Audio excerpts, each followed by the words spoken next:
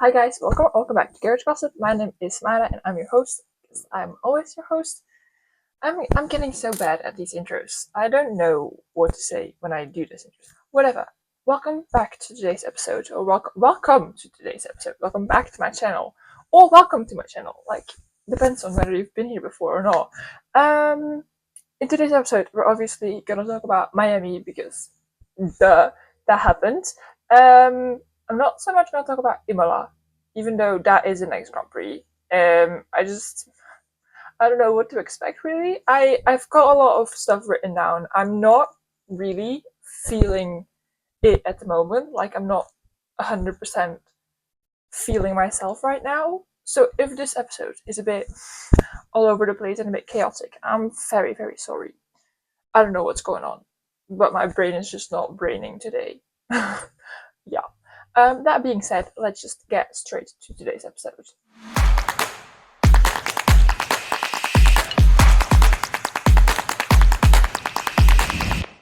Alrighty, so before we actually dive into the Miami stuff, I have two other things that I need to talk about.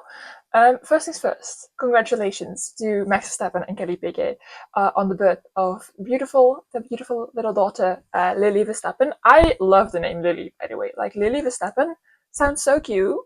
And the pictures that they posted of her, like, they didn't really post pictures of her, but, like, the pictures that they posted to announce that she was born, like, those pictures, like, so cute, and just I'm very happy for Lily. I'm happy for Lily, but I'm also happy. Yeah, I told y'all it's gonna be all over the place today. I'm very happy for Kelly and for Max. That I just wanted to put that in here. Just yeah. Then another thing that I do actually want to talk about is I don't know if I discussed it already on like one of my previous episodes. I can't remember really. But a few weeks ago on Instagram, I came across a post from motorsport, I think, I don't know. And they posted that Kimi Antonelli was gonna get his own like documentary about like his whole journey to F1, because obviously he skipped F3, and so that is kind of a big deal. That is kind of a big deal. And then he went from F4 to F2, and then immediately into F1 after only having done one season in F2. And so yeah, Netflix was gonna make a documentary about it, and it's already out. Like, it came out yesterday. I watched it this morning. It's about 40 minutes long, and it's so great. Like, it's not really made by Netflix. You can watch it on Netflix, but I don't think it is made by Netflix. It's sponsored by WhatsApp. They're also one of the biggest sponsors of the Mercedes team. So, but it's just the documentary is produced very good, and it's like not like Drive to Survive at all. Like, you don't. It's not the same vibe. Like, I feel like this documentary about Kimi, it's called The Seat, and it's just you can when you watch it, you just feel the quality of this. And when you then think about Drive to Survive, at least when I thought of Drive to Survive and I just compared it, I just this documentary about Kimi Antonelli is way better produced and is way less focused on drama and way more on how it actually, like, how Kimi felt and how everything just was for him. You know, the last couple of months, like the last year, and just like a little bit before that. So I think that was very, very interesting to see. And they also had some other people like talking as well, and I just thought it was very interesting to see their points of views. Like, they had his mom, his dad, the driver development person of Mercedes. So it was very interesting to see like all their POVs and all their thoughts on like Kimi joining an F1 team when he's only, well, back then he was only 17 years old. Now he's 18. But yeah, it was very interesting. So if you don't know what to watch and you have like about 40 minutes time, watch it, because it's such a great documentary. Even if you're not a big like Kimi Antonelli fan or like a big Mercedes fan, I think it's very interesting to just watch and see how it all how his journey was, because we obviously, I think we all remember him doing the free practice session in Monza last year. It was his first time driving an F1 car on TV, because obviously he's driven an F1 car before that. But it was his first time driving an F1 car on TV, and then he did that great first lap. And on his second lap, right before the end of the lap, he went into the gravel and he crashed George's car. And I think we all remember that. And then the same weekend, it was announced that Kimi would drive for Mercedes. Like, it's just very interesting to see the whole thing behind that. Like, what we haven't really seen as like normal like viewers, if you get what I mean. I don't know if you get what I mean. I think you should watch it if you if you're interested. Definitely watch it. It's on Netflix. It's called The Seat, like I said. And yeah, it is about 40 minutes, but it feels like less. Like, I was watching it and I pressed pause and I was like, oh, I'm already halfway. Like, it feels like I've been watching for like 5 minutes. So yeah, definitely worth watching it. And then moving on to Miami, obviously. Talking about Kimi, I mean, it's so funny how they finished the documentary. They included the first, like, his result of the first Grand Prix, so the Australian Grand Prix is included in the documentary. But it's just so funny to see Kimi in that documentary and then think about, oh, he got a sprint pole this weekend. Like, it's so insane. But yeah, Kimi Antonelli sprint pole is insane. I gotta be honest. As you can see, I am a McLaren girly. It's not really, you can't really read it, but yeah, I am a McLaren girly. And I gotta be honest. While watching sprint qualifying, I was rooting for Mr. Kimi Antonelli to stay on top, because Kimi did his lap. Alright, he got first, and then I was like, okay, but Max still has to come in, Lando and Oscar too. So Max got him. He wasn't above Kimi. I was like, okay, that's great. And then I was like, you know what? I love my McLaren boys, but I just need Kimi to be on pole right now, because that would be iconic. And then he was. And I was just so happy. So happy. I even had a little bit of tears. I gotta be honest. Yeah. Miami, I said it to my dad, Miami is shaping up to be one of my favorite circuits on the whole calendar. Purely because the last 2 years, we've seen a lot of amazing things happen at Miami.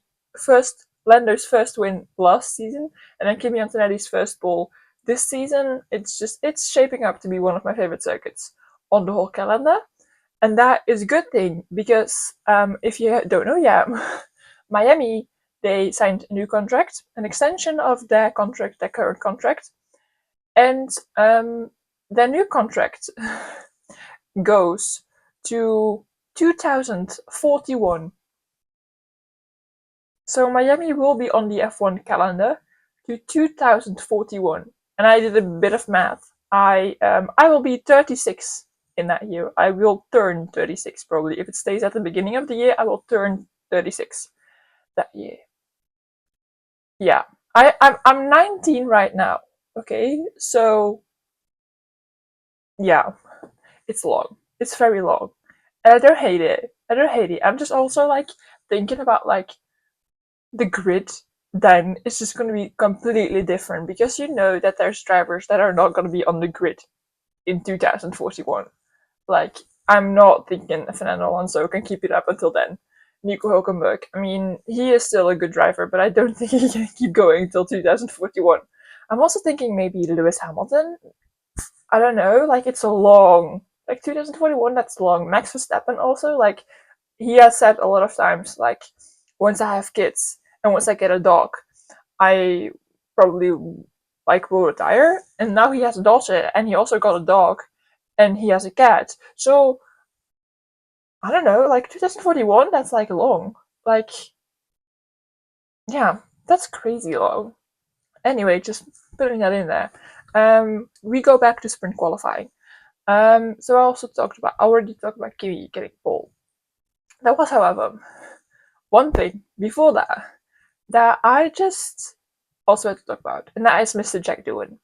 So if you can't remember anymore, or you just didn't watch sprint qualifying, Jack Doohan, along with Yuki Tsunoda and Ollie Behrman, were in the back of the queue all the way in the back of the queue, and they didn't get to the start-finish line in time to start their second push lap. So that basically meant that Doohan, Tsunoda, and Behrman were all eliminated in SQ1. And why was that? Well, that was kind of because of Max Verstappen, because it was in the queue, it was like Max, Yuki, Ollie, Jack. That was the order. And Max was going pretty slowly, and then Yuki was like, okay, I could go past him, but he didn't. And he just waited. And obviously Max went, he made the corner and he went. And Yuki, he had to give himself some space, obviously, because you don't want to be too close to the car before you, because then you're just in the dirty air, and that's not a good thing. So he just had to give himself a bit of space. But what Red Bull did not communicate to Yuki was that Max was not going for a second push lap. He was just going into the pits. And so Max kind of held up Yuki, and Yuki held up Ollie, and Ollie held up Jack, which caused all three of those drivers to not be able to do a second push lap. And I felt so bad for them. And then we had Jack's radio, and I mean, I felt bad for all three drivers, but I felt the worst for Jack, purely because there have been so many rumors lately that Imola will be the race where Jack will be replaced by Franco Colapinto. And I think, obviously, Jack knows that. Like, Jack is also online, like, he knows about the rumors. And he's obviously scared for his future. Like, he's gotta be scared for his future. Like, he doesn't want to be replaced. Like, he hasn't even driven a full year in F1. And honestly, my personal opinion on the whole Franco Colapinto Jack doing switching seats thing is, I think I feel so bad for the drivers that are being replaced so quickly in the season. Like Liam Lawson, for example, 2 races in the Red Bull and he was out. That's not. How do you expect him to be at the top of his form in only 2 races time? Jack Doohan, 6 races in, he might be replaced next race weekend. And for Liam, he just got switched to a different team. Jack loses his seat. Jack will not be in F1 anymore if he loses that seat. And I'm just like, okay, yes, Franco Colapinto, I love Franco. I love Franco. But I just feel like teams should be giving drivers more time to get accustomed to the car and just to get on to the top of their form. If you get what I mean, definitely like the rookies. Like if it's like an experienced driver that's been out for a year and then comes back, like for example Daniel Ricciardo. Okay, I'm still not okay with the way that V-Carb split ways with Daniel Ricciardo, but I do get it. Like if it's like an established driver, he's out for a year, he then comes back, and he's not at the top of his form, and his form is not where you expected it to be. Have a chat with him and just see where his head is at, and then make a decision. If it's a rookie driver, give that person some time to get accustomed to the car and to just, get that max performance out of that car. Because 6 races is not enough time. There's 24 on the whole calendar. Like, give him at least till the summer break, I think. Like, that's my personal opinion. And I get it. A team like Alpine, they want the most points they can get, because points means money in F1. That's how it goes. But I think they should give certain drivers more time. Because Jack is a good driver. Like, his seasons in F2, great seasons.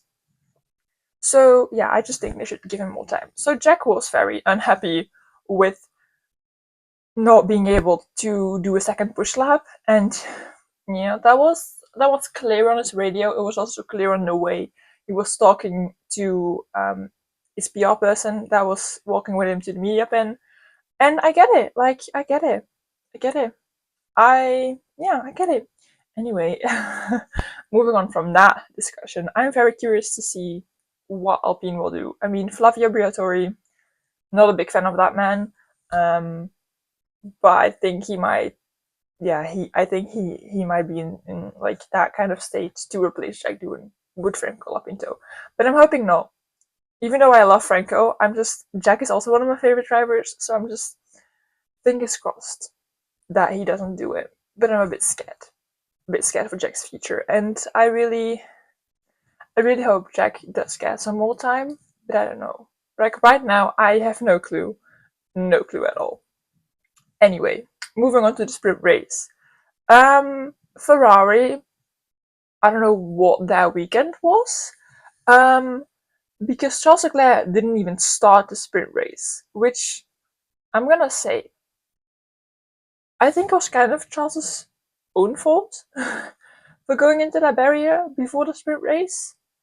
Um, just purely because he was going so, like in my opinion, when I saw the footage, I think he was going so quickly in that rain that he should have known it was not a good idea. That's what I think. But I don't know. I don't know.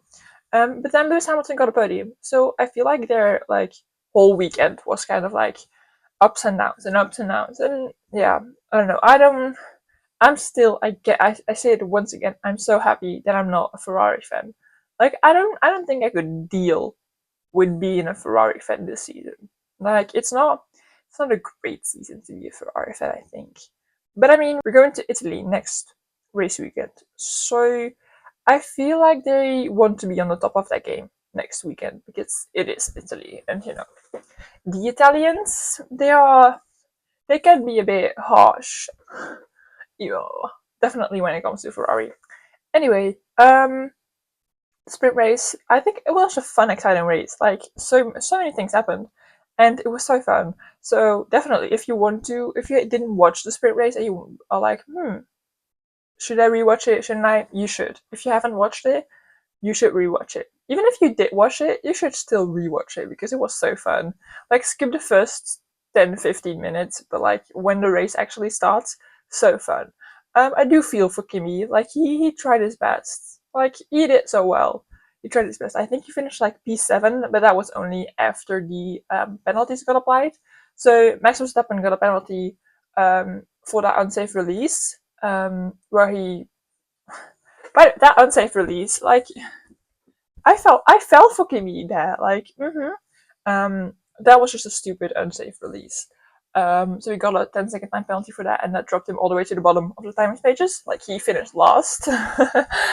And then we have 3 other drivers who got a penalty, but that was after the race. So I was so happy that Albon got points, that Ollie got points. Like I was over the moon. Like Albon finished fourth. I was like, great place for Williams to finish. Like Ollie got 1 point. Like for him starting P19 and then getting up to P8 to score 1 point, that is kind of like that's good. Yeah, well, the FIA wasn't they didn't agree with it, so Albon got a penalty for a safety car infringement. I think his maximum delta time wasn't in the limit that it should be. Lawson got a penalty for the collision with Fernando Alonso, and that dropped him out of the points. And then Ollie Behrman got a penalty for an unsafe release. So yeah, that dropped all those 3 drivers out of the points, and I think it promoted Pierre Gasly, Kimi Antonelli, and Isaac Hedger, I think, or maybe not. I think not Isaac Hedger. I'm gonna look into my journal. Let's take a look. It promoted Tsunoda, Antonelli, and Gasly up to the points. And Albon got dropped to P11, Lawson to P13, and Behrman to P14. So yeah, that's you know that now. And then moving on to the Grand Prix qualifying. I gotta be honest, I was almost falling asleep, but it was fun. Okay, I was almost falling asleep. It was still fun. Superb qualifying for the Williams guys. Like that was kind of insane. My heart hurt for Ollie Behrman there once again. P20. I don't know what was happening with him this weekend, but it was not this weekend. I think I cursed him last episode. Yeah, I think I might have cursed him, but that's okay. I won't wish him good luck this weekend because I think I might curse him again, and I don't want to curse him because he's still my favorite driver. obviously. Yeah, Williams guys, great qualifying. Not great qualifying for Hamilton. That got to hurt for Lewis. Like, yeah, yeah. Like I said, the Ferraris this weekend. I don't know what was happening to them, but it's like up and down and up and down and up and down. It just waves, like constant waves of emotions. And I'm happy I'm not a Ferrari fan. I'm happy I'm not a Ferrari, like, I don't work for Ferrari, because I don't think I could have handled the whole mood switches, the mood changes this whole weekend. Like, I don't think I could have handled that. Then the Grand Prix.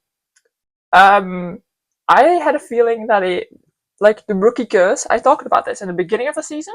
It's back. I think it's back. Because what do you mean? 4 of the 6 rookies DNF'd. 4 of the 6 rookies DNF'd. Like, what do you mean?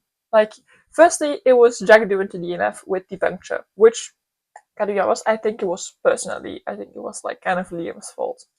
But we don't talk about that. Then it was Ollie Behrman with his engine failure. Like, his whole weekend was just fucked up, like I said. Then it was Gabriel Bortoletto with an engine failure. Like, what the fuck is this curse? And then it was Liam Lawson, because the damage on his car was just too significant that it wasn't really a good idea to just continue racing. Like, I saw TikToks on like how long it actually was that it was behind the whole like other group of drivers. It was long. So yeah, I did feel for him. I felt for all the rookies, and then the only like Isaac Hedger finished. He finished in 11th. I was rooting for him the last 2 laps. Like, Isaac, go quicker, go quicker, go quicker, go quicker, because Yuki had that 5-second time penalty, and I was just like, Isaac, it would be amazing if you just got to swoop in and get that point. Like, great.